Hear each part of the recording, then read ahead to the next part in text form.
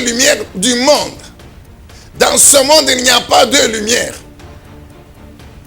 Jésus-Christ est la seule lumière du monde. Le monde est sous le règne des ténèbres, c'est-à-dire de Satan et de son système. C'est ça les ténèbres. Et Jésus-Christ, en tant que Dieu, il est la seule lumière dans ce monde. Nous entendons aujourd'hui des gens qui se disent chrétiens, qui parlent de Jésus. Mais soit ils ne connaissent pas encore très bien qui est Jésus, dont ils parlent, soit Jésus est seulement dans la bouche, mais en réalité, ce sont des serviteurs de Satan qui se déguisent en anges de lumière. Quand des gens peuvent ouvrir la bouche et dire que chaque religion a sa lumière, qu'est-ce que ça veut dire au juste? Que chaque religion a sa lumière. Non, bien-aimés dans le Seigneur, il n'y a pas une religion qui est lumière. Jésus-Christ n'est pas une religion, il est Dieu. Il y a une seule lumière du monde, c'est Jésus-Christ. Et ce sont ceux qui appartiennent à Jésus, les disciples de Jésus, ceux qui sont membres de l'église véritable de Jésus-Christ sur cette terre.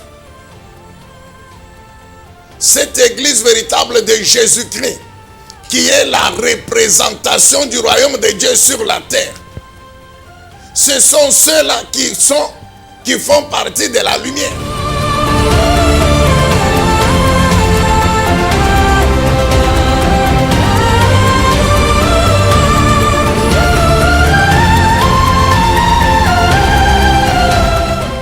Amen. Prions. Père Céleste, Dieu Tout-Puissant, Dieu grand et glorieux, Dieu puissant, Dieu redoutable. Toi qui es magnifique en sainteté, redoutable en puissance, nous bénissons ton puissant, glorieux, redoutable nom ce matin encore, Seigneur Jésus-Christ. Nous te glorifions pour la puissance infinie de ton amour et la surabondance de ta grâce. Nous te glorifions, nous te disons merci pour la poursuite de cette œuvre miraculeuse de guérison, de délivrance, de restauration, de victoire, de possession de l'héritage dans ton Église et dans les vies de nous, tes enfants, membres de ton Église. Merci pour cette grâce que tu nous fais de vivre encore aujourd'hui et de continuer à te servir. Et c'est dans l'exercice du sacerdoce que aujourd'hui encore nous sommes là, d'une part pour être un instrument, pour proclamer ta parole à ton peuple, mais aussi pour l'écouter avec l'ensemble de ton peuple. Tu as dit à Jérémie, je mets mes paroles dans ta bouche, elles seront comme un feu pour consumer le bois, c'est-à-dire la puissance du péché d'idolâtrie, l'influence de Satan en Israël, au milieu de mon peuple. Pour consumer le bois, toute œuvre de l'ennemi, de la chair, dans la vie de mon peuple.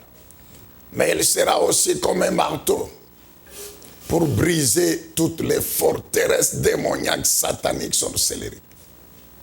Dieu le Saint-Esprit fait nous donne cette grâce pour que ta parole sortant de notre bouche aujourd'hui encore soit ce feu, que le feu de ta parole puisse consumer le bois, le mensonge du diable qui sort de la bouche de ceux-là même qui se disent serviteurs de toi, notre Seigneur Jésus, mais qui se retrouvent aujourd'hui entre les mains du diable dans l'alliance avec Satan et qui sortent le mensonge, la confusion. Que la vérité de ta parole, son feu, consume ce bois dans le chef de tout ton peuple et que la puissance de ta parole, comme un marteau, puisse briser toutes ces forteresses démoniaques, sataniques, sorcelleriques qui soutiennent ce mensonge. Merci Dieu le Saint-Esprit. Au nom de Jésus, notre Seigneur et notre Sauveur, nous disons Amen. Amen. Est-ce qu'on peut acclamer encore très bien le Seigneur? Oui, bien-aimés peuple de Dieu, nous vous saluons encore aujourd'hui dans le nom glorieux et puissant de notre Seigneur et Sauveur Jésus-Christ. Nous sommes là encore pour partager sa parole avec vous. Et notre prière est que le Saint-Esprit puisse éveiller votre oreille spirituelle afin de recevoir cette parole pour continuer à nourrir et entretenir la vie de Dieu dans votre esprit. Nous pouvons dire Amen. Nous parlons ce matin encore sur le chrétien, sceau de l'Esprit de Dieu et lumière du monde. Le chrétien, sceau de l'Esprit de Dieu et lumière du monde. Alors permettez que nous puissions lire quelques passages avant de continuer. Jean chapitre 8, le verset 12. Jean 8, 12. Jésus parla de nouveau en public et il dit, « Moi, je suis la lumière du monde, dit-il. Celui qui me suit, ne marchera pas dans les ténèbres. Il aura la lumière de la vie. » Et si nous allons dans Matthieu, chapitre 5, notez, Matthieu 5, verset 14, Jésus s'adresse aux disciples, à tous ceux qui ont cru en lui, il dit, « Vous êtes la lumière du monde. Vous êtes cette ville située sur la colline qui ne peut pas échapper au regard. Vous êtes cette lampe qui produit la lumière qu'on ne peut pas mettre sous la table, mais on la fixe sur un pied pour qu'elle éclaire tous ceux qui sont dans la maison. » Nous rentrons dans Jean chapitre 6, le verset 63. Jean 6, 63. Le Seigneur dit, c'est l'Esprit qui donne la vie. La chair à elle seule ne sert à rien. Les paroles que je vous ai dites sont esprit et vie. Et esprit, c'est en majuscule. Comme pour dire, ça se réfère au Saint-Esprit. Nous sommes dans Jean 17, verset 17. Jean 17, 17. Le Seigneur Jésus dit ceci s'adressant au Père. Jean 17, 17. Consacre-les par la vérité. Ta parole est la vérité. Ou sanctifie-les par la vérité. Ta parole est la vérité. Si nous rentrons dans Jean 14, verset 6, le Seigneur Jésus déclare, Jean 14, 6, il dit, « Je suis moi, le chemin, répondit Jésus, la vérité et la vie. Personne ne va au Père sans passer par moi. Personne ne va au Père sans passer par moi. » Bien-aimé peuple de Dieu, nous devons faire extrêmement attention pendant ces derniers temps. Faire attention avec tout ce qui se dit dans les églises, au travers des médias. Faire extrêmement attention. Souvenons-nous des disciples de l'église primitive, les disciples de Bérée. Quand ils entendaient quelqu'un parler, même s'il sautait, il haussait la voix, Même s'ils déclaraient que c'est la prophétie des prophéties. Mais quand ils restaient, ils examinaient toute parole à la lumière de ce qui était écrit. Ils examinaient toute parole à la lumière des Saintes Écritures. Car toute parole qui n'est pas conforme à l'esprit des Saintes Écritures dans la Bible, c'est un mensonge. Même si on l'habille comment, même si on parle comment, mais ça reste un mensonge. C'est quelques passages que nous venons de lire encore confirment clairement encore ceci, qu'il n'y a pas de lumière du monde. Il y a dans le monde, sur le plan spirituel, la lumière et les ténèbres. Et la seule lumière du monde, c'est Jésus-Christ et Jésus-Christ seul. La seule lumière du monde, ce sont les chrétiens véritables qui ont cru en Jésus-Christ, qui vivent la vie de Jésus en mettant en pratique la parole de Jésus, qui n'ont comme Dieu et Seigneur seulement Jésus-Christ, qui n'ont comme Dieu et Père seulement le Dieu de la Bible, qui sont obéissants, soumis au Saint-Esprit de Dieu. Il n'y a qu'une seule lumière. C'est Dieu, c'est Jésus-Christ, c'est le Saint-Esprit.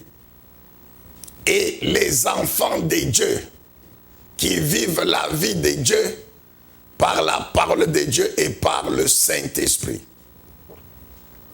C'est ce que Matthieu 5, 14. Si nous lisons Éphésiens 5, 7 à 10, la Bible confirme que les chrétiens véritables sont les enfants de la lumière. C'est tout. Il n'y a pas une religion qui est lumière.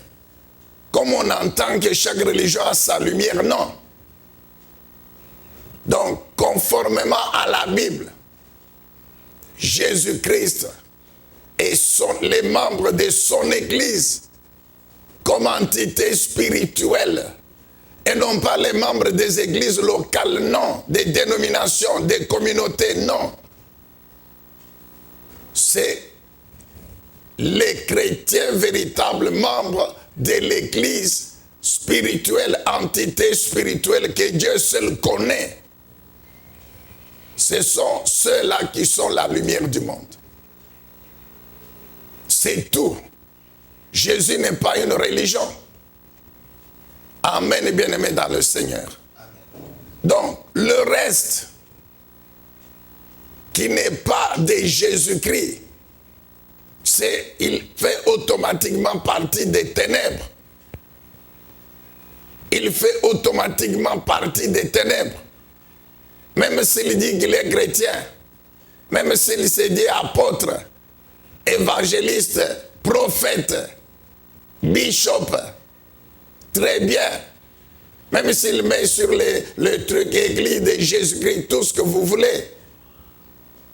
Mais, si sa vie n'est pas celle de Jésus-Christ, par sa parole et par le Saint-Esprit, il n'est pas disciple de Jésus. Il n'est pas lumière du monde. Il est automatiquement dans le camp de ténèbres qui ont comme prince, comme chef Satan. Amen, bien-aimé dans le Seigneur. Souvenez-nous de ce que le Seigneur Jésus avait dit.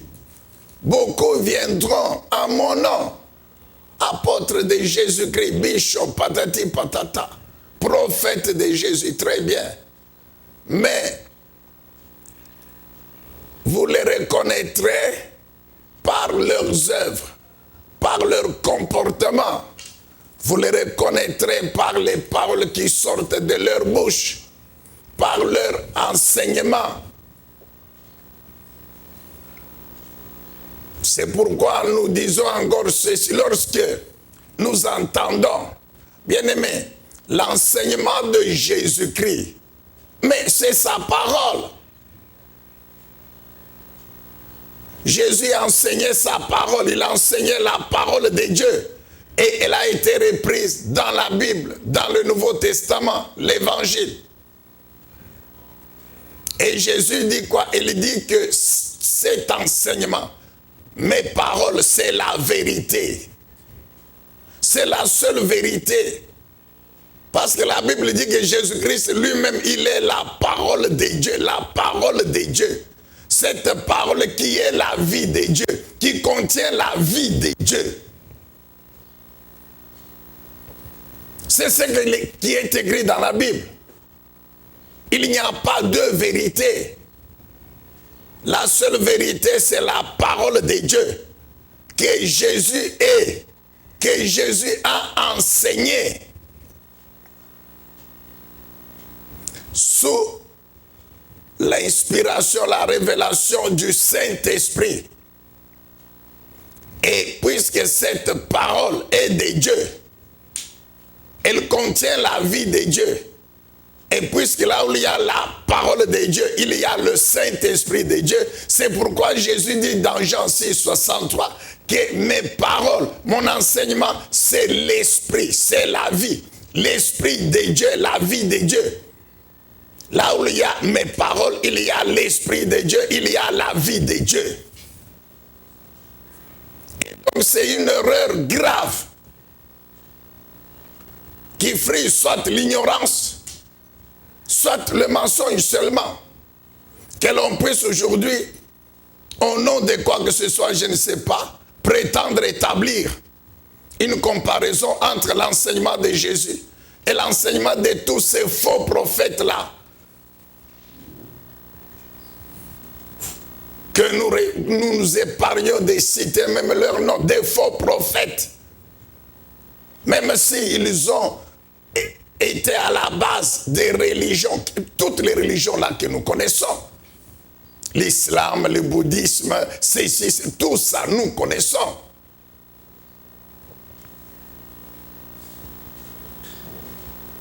Leur enseignement n'est pas la Bible, n'est pas la vérité.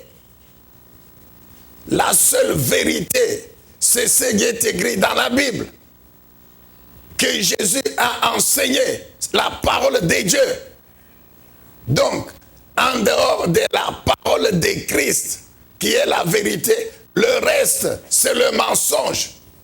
Donc, si aujourd'hui, quelqu'un se présente, il est en train d'enseigner un enseignement qui n'est pas la parole de Dieu révélée et écrite dans la Bible, qui n'est pas inspiré par le Saint-Esprit, cet enseignement-là est le mensonge.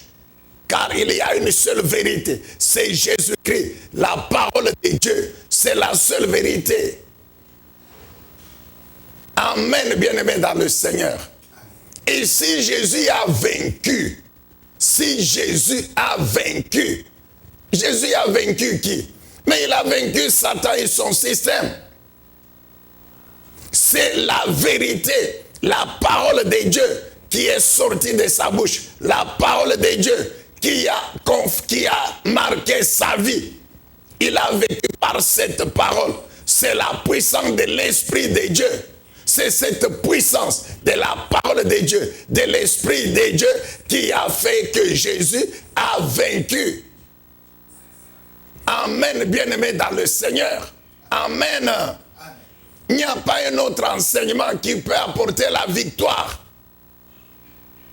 sur le monde des ténèbres, sur Satan et son système, en dehors de la parole de Christ, en dehors de la parole de Dieu. L'enseignement de Jésus, c'est sa parole, c'est la parole de Dieu, c'est la seule vérité, c'est la seule lumière. Jean 1 dit quoi? La parole de Dieu qui a tout créé, c'est Jésus-Christ. Cette parole est la vie de Dieu, en même temps la lumière du monde, des hommes. Et tout ce qui est en dehors de cela, c'est le mensonge. Amen, bien-aimés dans le Seigneur. Peuple de Dieu, nous devons faire extrêmement attention pendant ce temps. Nous avons dit que ceux qui entretiennent ces choses, soit ils sont ignorants, alors qu'ils soient humbles et sensés pour être encore enseignés par le Saint-Esprit, soit ce sont les serviteurs du diable, mais qui se déguisent en ange de lumière. Est-ce qu'on peut dire amen, acclamer le Seigneur? Le chrétien sort de l'Esprit de Dieu et lumière du monde. Le chrétien sort de l'Esprit de Dieu et lumière du monde. Bien-aimé peuple de Dieu, nous avons donc lu que le Seigneur Jésus, il est la seule lumière du monde. Et les enfants qu'il a engendrés, qui vivent sa vie qui est celle de Dieu, qu'il a ramené du ciel, qu'il a vu par la parole de Dieu, le Saint-Esprit, sont aussi lumière du monde.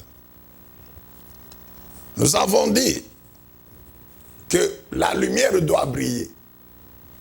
La lumière que toi et moi, en tant que chrétiens, nous sommes, doit briller. À l'image du soleil, le soleil naturel.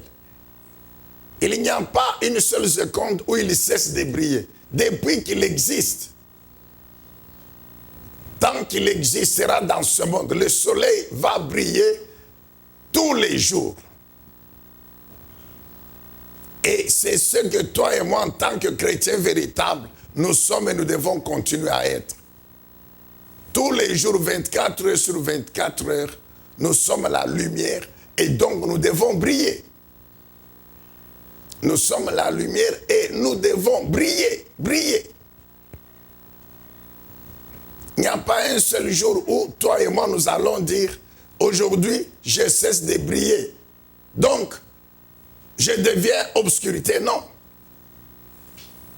Dans ce monde qui est sous le règne et la puissance des ténèbres, toi et moi, chrétiens véritables, nous sommes appelés, destinés à briller, car la lumière, sa fonction, son travail, son rôle, sa responsabilité, c'est briller. Et lorsque nous brillons, nous exerçons le pouvoir, la puissance, la domination, l'autorité sur les puissances des ténèbres. Je dis que, en tant que lumière du monde, nous sommes appelés à briller tous les jours. Et en brillant, nous exerçons le pouvoir, l'autorité, la domination sur les puissances des ténèbres. Mais alors, comment et encore continuer à briller? La lumière doit briller.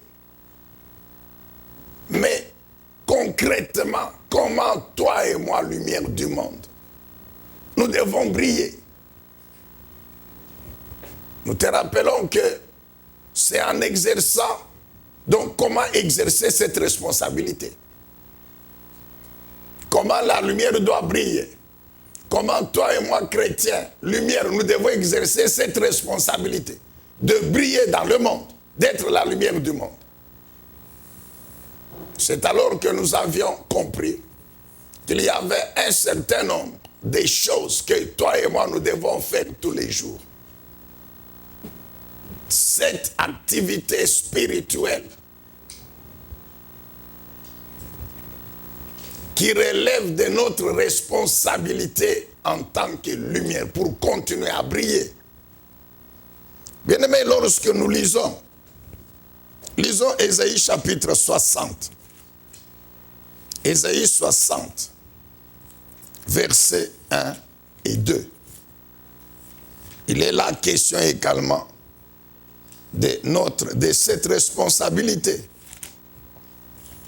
Voici ce que dit le prophète Ésaïe, chapitre 60. Il dit, lève-toi, brille, lève-toi, resplendis. Pourquoi? Parce que ta lumière est là. Car sur toi s'est levée la gloire du Seigneur. Verset 2. Voici que les ténèbres couvrent la terre, les peuples, les nations. Mais sur toi, l'Éternel, ton Dieu, s'élève lui-même, comme un soleil, comme la lumière.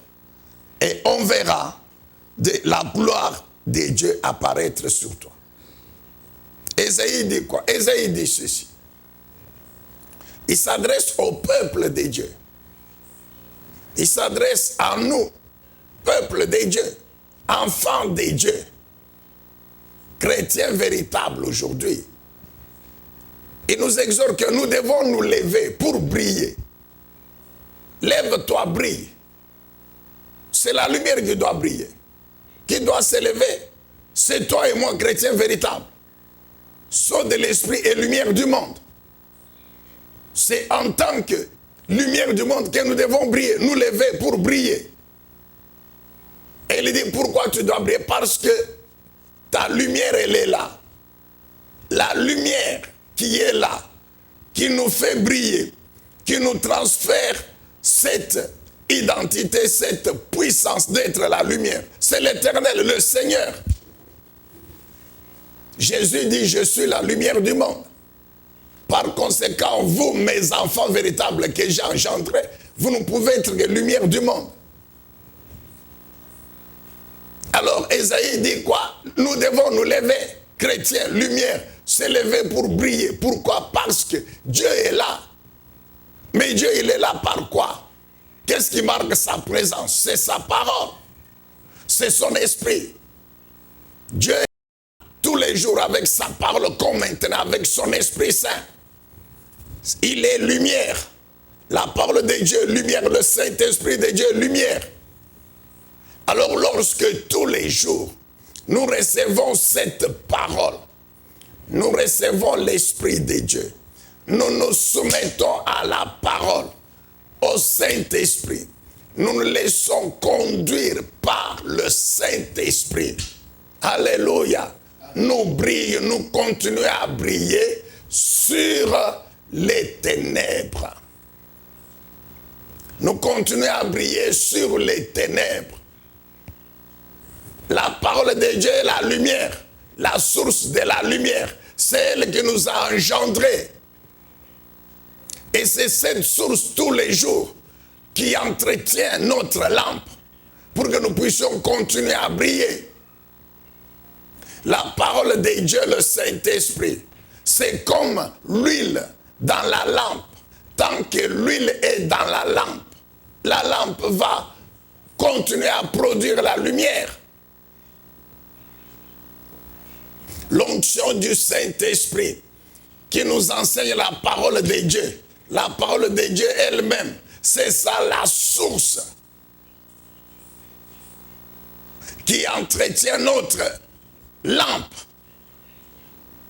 La source qui nous entretient, qui fait que nous continuons à briller, à être la lumière qui brille. Et maintenant, qu'est-ce que la parole de Dieu et le Saint-Esprit nous recommandent? Quand nous écoutons cette parole, quand nous écoutons le Saint-Esprit, quand nous laissons conduire par le Saint-Esprit, qu'est-ce que les deux nous demandent? Il y a des choses que les deux nous demandent de faire. C'est ça les 7 activités. Il y a des choses que la parole de Dieu nous montre que nous devons faire. Il y a des choses, des activités que le Saint-Esprit nous recommande de faire. C'est ça la lumière. Des activités que le Saint-Esprit nous recommande de faire. C'est ça la lumière. Des activités que la parole de Dieu nous recommande. C'est ça la lumière.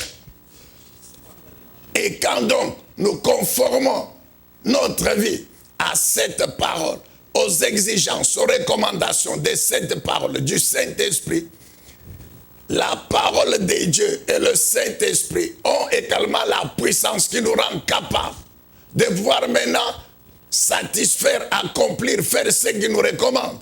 Ce sont les 7 activités. C'est-à-dire quoi? Connaître Dieu, adorer Dieu, travailler, lutter, marcher, témoigner et veiller.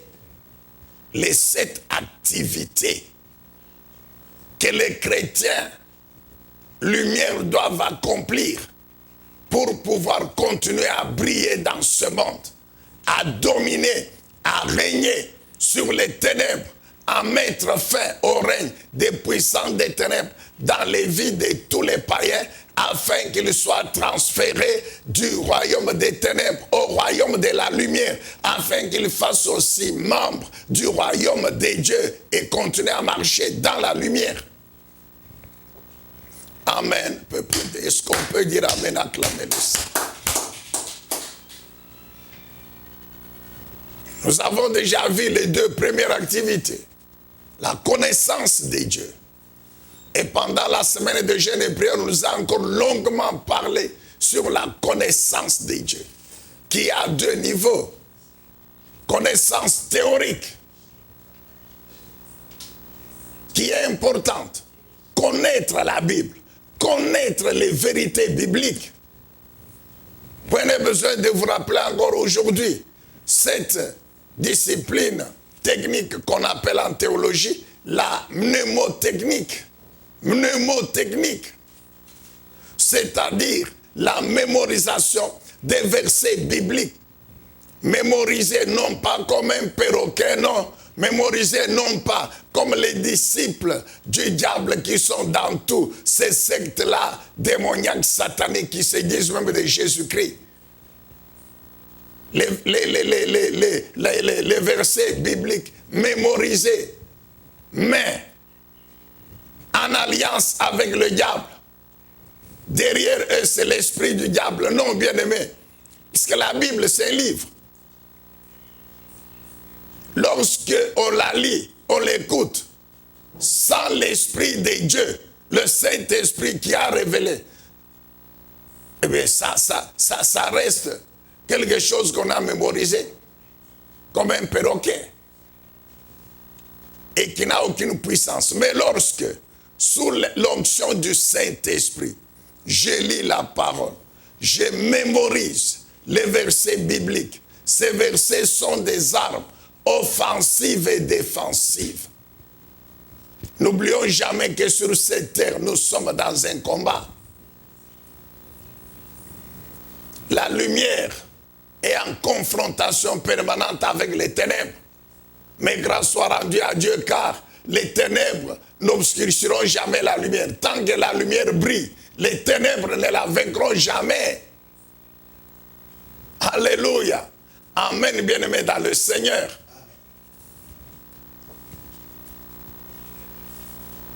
La responsabilité par l'exercice de cette activité, la connaissance de Dieu est la première. Lorsque nous sommes en combat spirituel contre les ténèbres, son prince et ses puissances, le Saint-Esprit qui est en nous, dans notre esprit, conduit notre esprit à aller dans la mémoire de notre cerveau, à puiser la vérité, la disposition qu'il faut, l'arme qu'il faut pour attaquer l'ennemi. Et lorsque l'ennemi nous attaque, le même Saint-Esprit, il donne à notre esprit l'orientation pour aller toujours dans la mémoire du cerveau, prendre ce que nous avons mis dedans comme vérité pour maintenant contre-attaquer et nous défendre. C'est important cette connaissance. Sous l'onction, quand le Saint-Esprit nous enseigne la parole, comme maintenant, nous l'écoutons, il nous enseigne. Nous devons la retenir. Deuxième niveau de la connaissance de Dieu, c'est par la vie de cette parole, la pratique de cette parole. C'est en vivant cette parole, en pratiquant cette parole, que le Saint-Esprit nous fait passer par des expériences avec Dieu. Sa puissance accomplit la parole. Sa puissance accomplit les promesses de Dieu contenues dans la parole. Ce sont les miracles, les prodiges. Et ça enrichit notre expérience. Expérience avec Dieu tous les jours. Et cette expérience enrichit notre connaissance de Dieu. Puis nous sommes passés à la deuxième activité, c'était l'adoration. Bien-aimés, souvenez-vous, nous avons dit ceci. Et nous rappelons, nous basant sur la vérité qu'est la parole de Christ sortie de sa bouche lorsqu'il s'entretenait avec la femme samaritaine.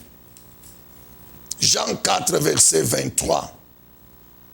Qu'est-ce que le Seigneur Jésus a révélé à cette femme-là ce jour-là? Jean 4, 23. Jésus lui dit, mais l'heure vient, et elle est déjà là, où les vrais adorateurs adoreront le Père par le Saint-Esprit et en vérité. Car le Père recherche des hommes qui l'adorent ainsi. Dieu est esprit, et il faut que ceux qui l'adorent par l'Esprit et en vérité.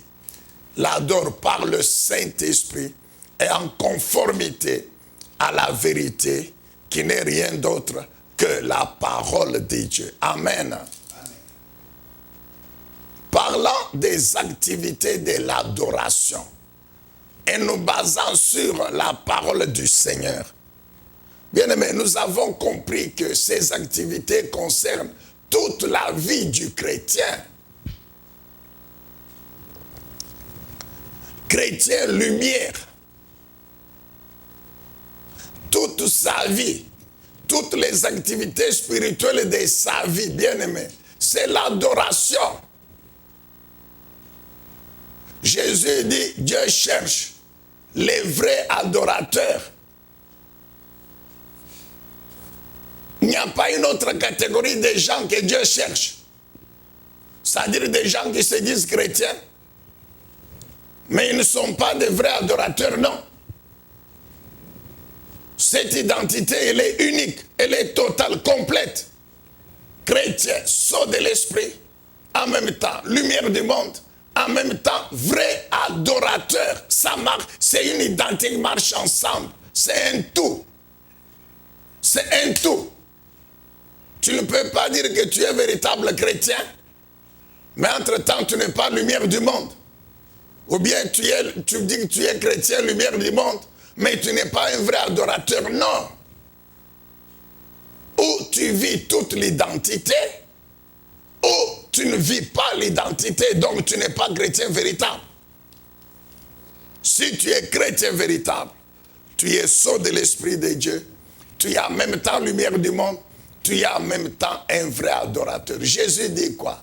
Que les seules personnes que Dieu cherche, qui doivent donc relever de lui, dans les vies desquelles il va s'engager, Dieu le Père, ce sont les vrais adorateurs, adorateurs de lui, Dieu.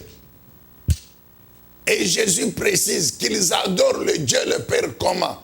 Par le Saint-Esprit et par la parole de Dieu, la vérité. Amen, bien-aimés dans le Seigneur.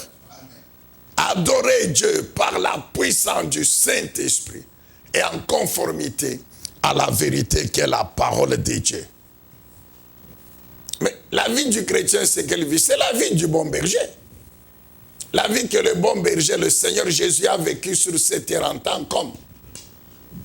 Par la parole de Dieu et par le même Saint-Esprit. Et c'est la puissance de cette parole et du Saint-Esprit qui fait de nous véritables adorateurs, qui est à la base de la véritable adoration. Amen, bien-aimés dans le Seigneur. Amen. Quand on parle du Saint-Esprit, nous le répétons, on ne peut pas parler du Saint-Esprit sans parler de la puissance du Saint-Esprit. Est-ce que vous comprenez? On ne peut pas parler du Saint-Esprit sans parler de sa puissance. On ne peut pas parler de la vérité sans penser à la parole de Dieu. Alors quand Jésus dit que le vrai adorateur adore Dieu par l'Esprit de Dieu, ça veut dire quoi? Ça veut dire que la puissance du Saint-Esprit aide ces personnes, notez, un, à vivre la nouvelle vie qui est celle que le bon berger Jésus nous a donnée. Et nous vous rappelons que c'est ça même l'objectif principal de sa venue sur cette terre. Vivre la vie du bon berger. Il dit, je suis venu sur la terre comme bon berger pour que mes brebis aient ma vie et qu'ils la vivent en abondance. Vous comprenez? Et ma vie. Je suis venu leur donner ma vie. La vie que Jésus, le bon berger, est venu nous donner. Il l'a ramené d'où? Mais, mon frère, il l'a ramené du ciel. Mon frère, ma soeur, je t'ai dit que Jésus a ramené cette vie du ciel. C'est la vie de Dieu qu'il a ramené du ciel. Qu'il est venu vivre sur la terre en tant qu'homme. Comment encore? Par l'obéissance à la parole de Dieu et par la puissance du Saint-Esprit. Et quand Jésus dit que je suis venu vous donner ma vie, cette vie, pour que vous puissiez la vivre, par quoi? Mais par la même parole de Dieu et par la même puissance du Saint-Esprit. Le vrai adorateur, c'est ce chrétien lumière qui vit la vie du bon berger sur la terre.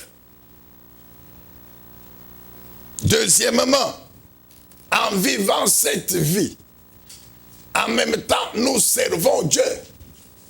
Le chrétien lumière, vrai adorateur, il sert Dieu. La même puissance du Saint-Esprit pendant que nous vivons la vie du bon berger. Mais nous servons également Dieu. C'est ce que Jésus a fait.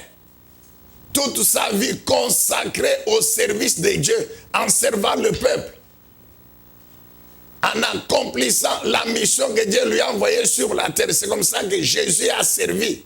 La Bible dit, il enseignait la parole de Dieu. Il prêchait la bonne nouvelle. Et il opérait des miracles, des prodiges, des guérisons, des délivrances, des restaurations. Et par la puissance du Saint-Esprit, souvenez-nous, d'Actes chapitre 10, Pierre dit quoi? Vous savez comment Dieu a oint Jésus de Nazareth de Saint-Esprit et de sa puissance. Et avec cette puissance, il allait de lieu en lieu, faisant du bien, guérissant toute infirmité, prêchant la bonne nouvelle, enseignant la parole de Dieu, par la puissance du Saint-Esprit.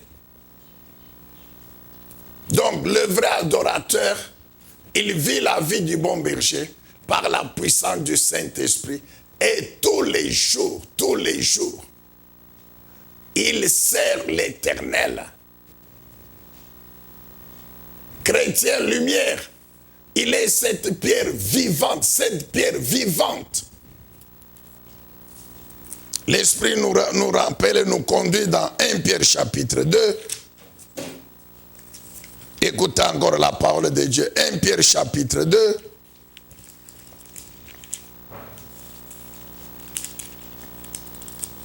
Nous lisons à partir du 4e verset. 4 et 5. 1 Pierre chapitre 2, 4 et 5. Approchez-vous de lui. Lui c'est qui? C'est Jésus. Car il est la pierre vivante que les hommes ont rejetée, mais que Dieu a choisie, à laquelle il attache une grande valeur. Et vous aussi, comme des pierres vivantes.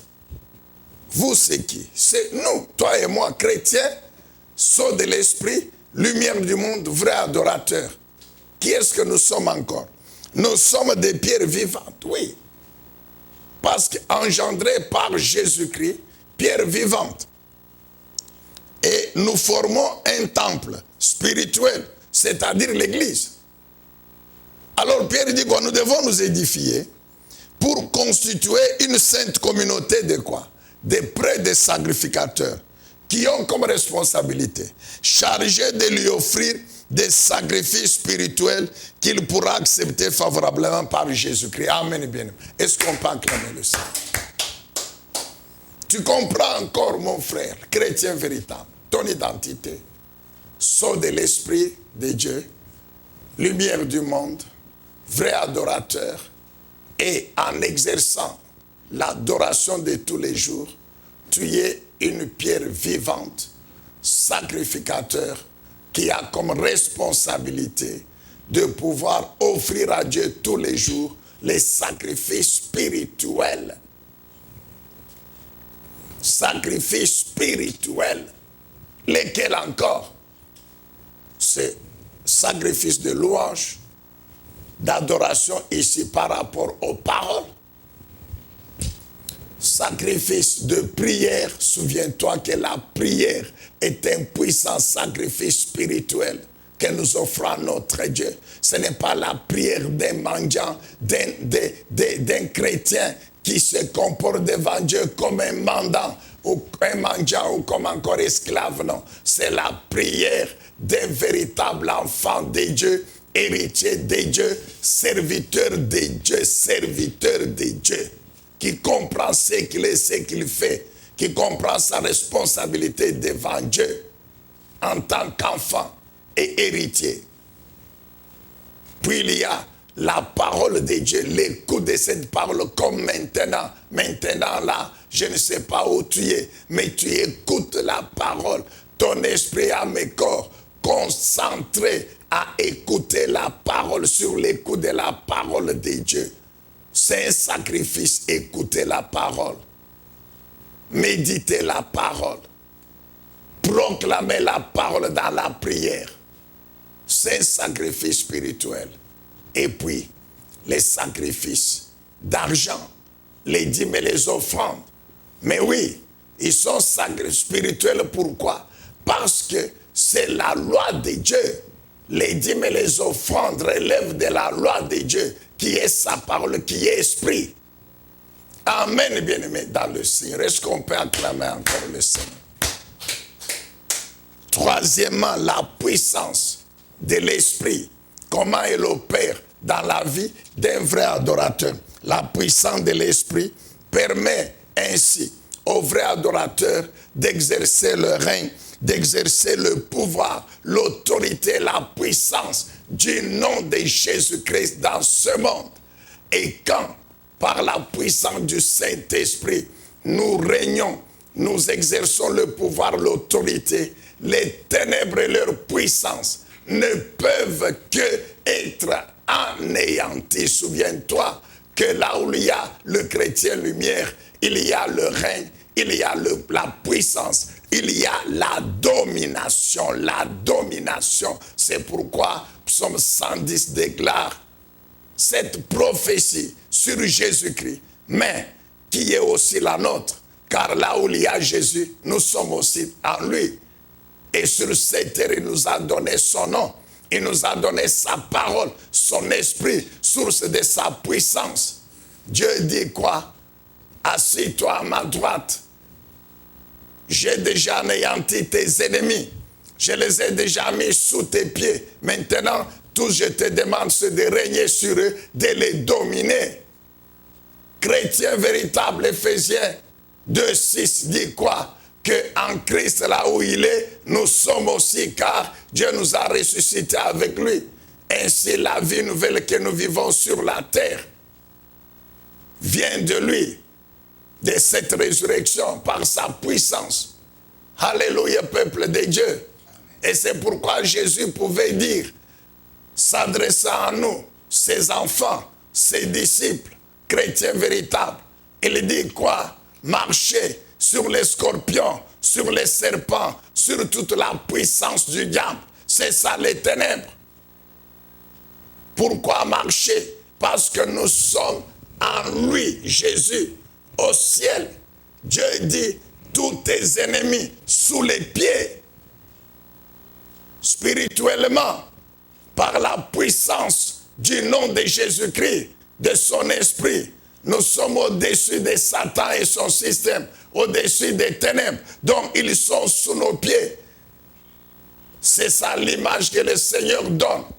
Marchez, on marche sur ce qui est sous les pieds.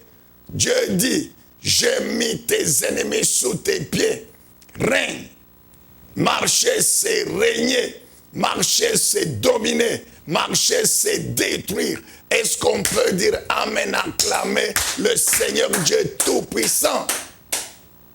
Marcher, c'est régner, c'est dominer, c'est détruire, mon frère, les ténèbres et leur puissance, toutes leurs œuvres dans ce monde, dans nos vies et dans les vies des autres. Alléluia. Amen, bien-aimés dans le Seigneur.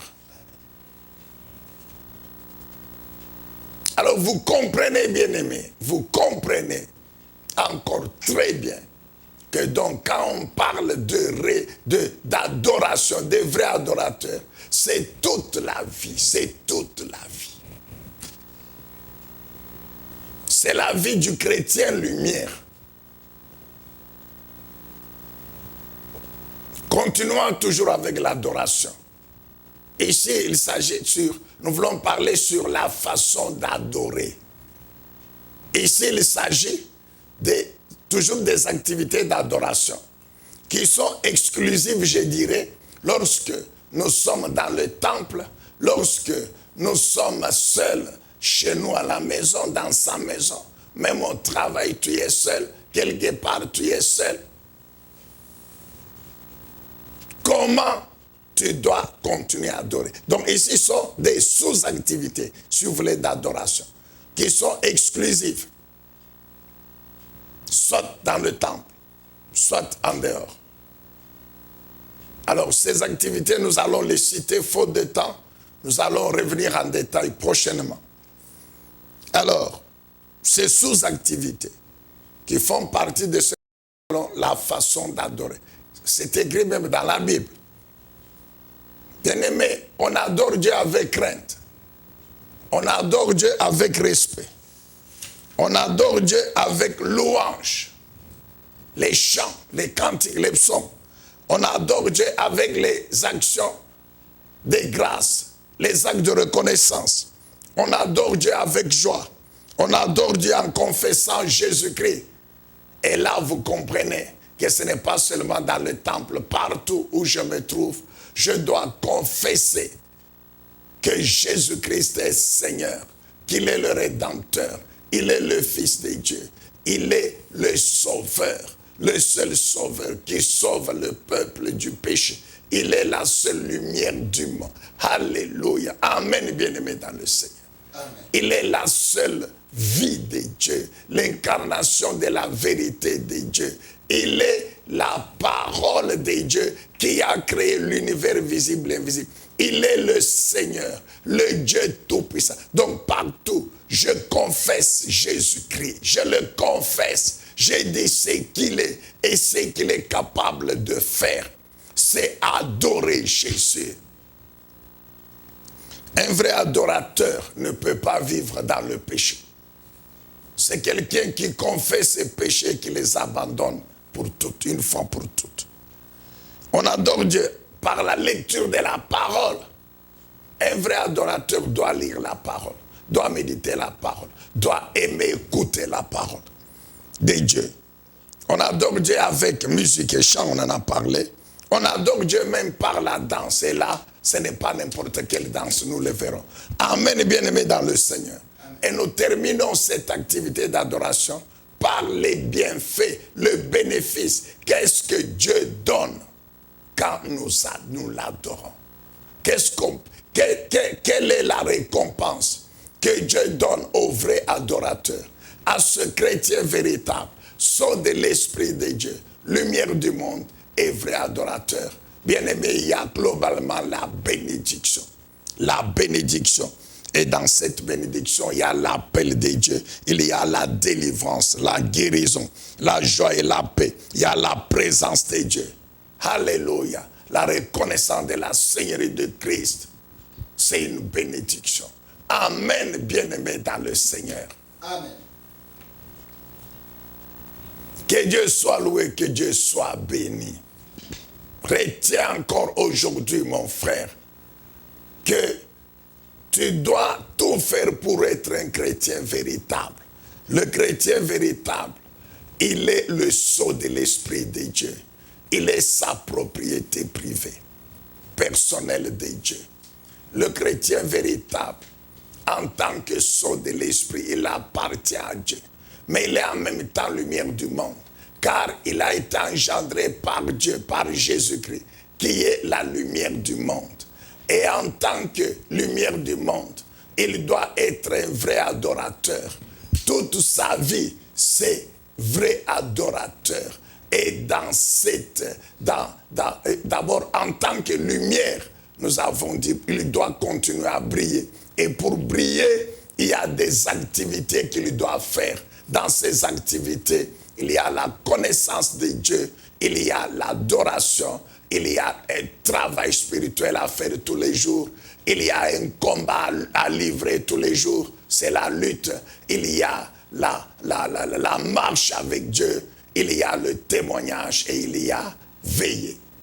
Et maintenant, dans l'activité de l'adoration, nous avons compris encore aujourd'hui, c'est toute la vie que nous menons par la puissance du Saint-Esprit et en conformité avec la parole de Dieu. C'est ça notre prière, c'est que par la grâce de Dieu, le Saint-Esprit de Dieu, que toi et moi, nous continuons à être dans ce monde, sceau de l'Esprit de Dieu, lumière du monde, vrai adorateur. Amen. Amen. Est-ce qu'on peut acclamer le Seigneur Dieu Tout-Puissant? Que Dieu soit loué, que Dieu soit béni. Amen. Une nouvelle série de thématiques à découvrir avec le bishop Zachary Kabengele. Les 7 bénédictions spirituelles de l'Alliance de la Grâce, le sceau de l'Esprit et la lumière, la marche sur le chemin de la perfection, des enseignements édifiants déjà disponibles dans le bac.